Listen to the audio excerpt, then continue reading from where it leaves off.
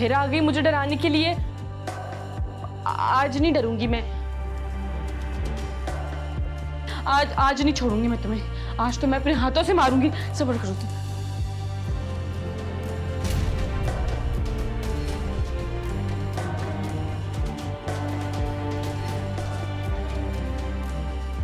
तुम रू नहीं हो तो तुम जिंदा कैसे हो गई?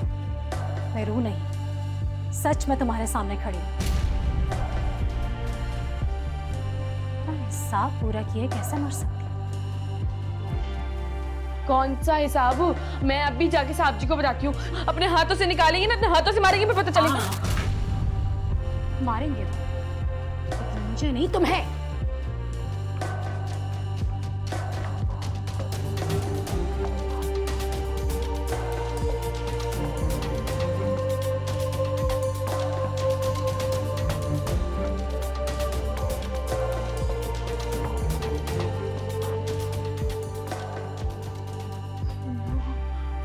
ये कैसे जिंदा हो गई? अल्लाह साईं, ये आपने मेरे साथ अच्छा नहीं किया। मैं क्या करूंगी? बार बार कैसे मरेगी ये?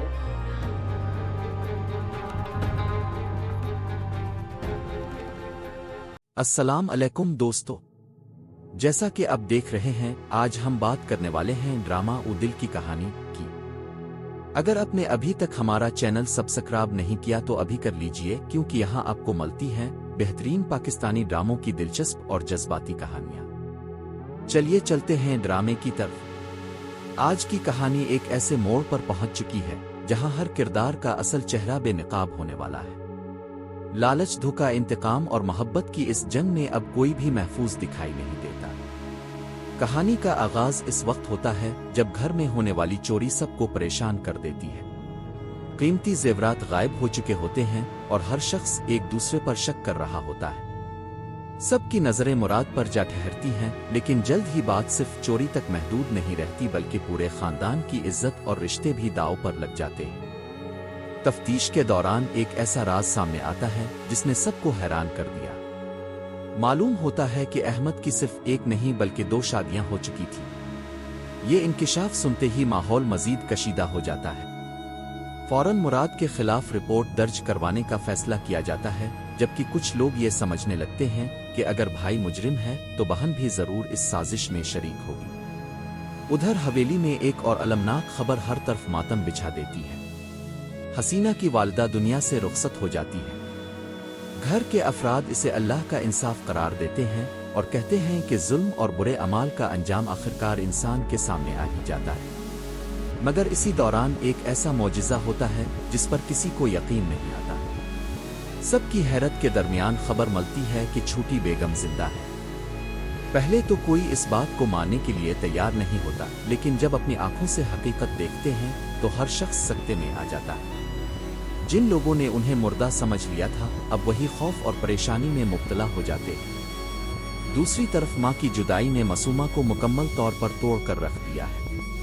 वो रोते हुए हर एक से सिर्फ एक ही सवाल करती है कि आखिर उसकी माँ इसे अकेला छोड़कर क्यों चली गई। इसकी बेबसी और तन्हाई हर देखने वाले का दिल हिला देती है। इसे महसूस होता है कि अब इस दुनिया में इसका कोई सहारा बाकी नहीं रहा।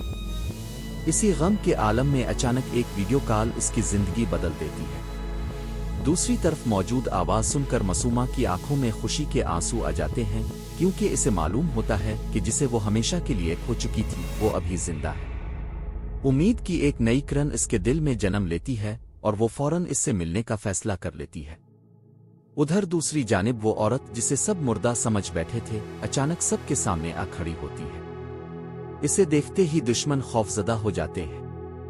एक शख्स इसे भूत समझकर हमला करने की कोशिश करता है, मगर वो एतमाद से कहती है कि वो जिंदा है और अब अपने साथ होने वाले हर जुल्म का हिसाब लेने वापस आई है। ये सुनकर उन तमाम लोगों के होश उड़ जाते हैं जिन्होंने इसके खिलाफ साजिशें की थीं। उन्हें अंदाजा हो जाता है कि अब उनके तमाम राज एक एक करके दुनिया के सामने आने वाले हैं। जिन लोगों ने अपनी जीत का जश्न मनाना शुरू कर दिया था, अब वही अपनी शिकस्त के खौफ में मुब्तला है। आखिर में माहौल एक बार फिर कशीदा हो जाता है। पुराने जख्म ताज़ा हो जाते हैं, सवालात बढ़ते जाते हैं और हर शख्स यही सोचने पर मजबूर हो जाता है कि सच आखिर कब मुकम्मल तौर पर सामने आएगा। क्या मासूमा अपनी माँ से दोबारा मिल सकेगी? क्या जुल्म करने वालों को उनके अमाल की सजा मिलेगी?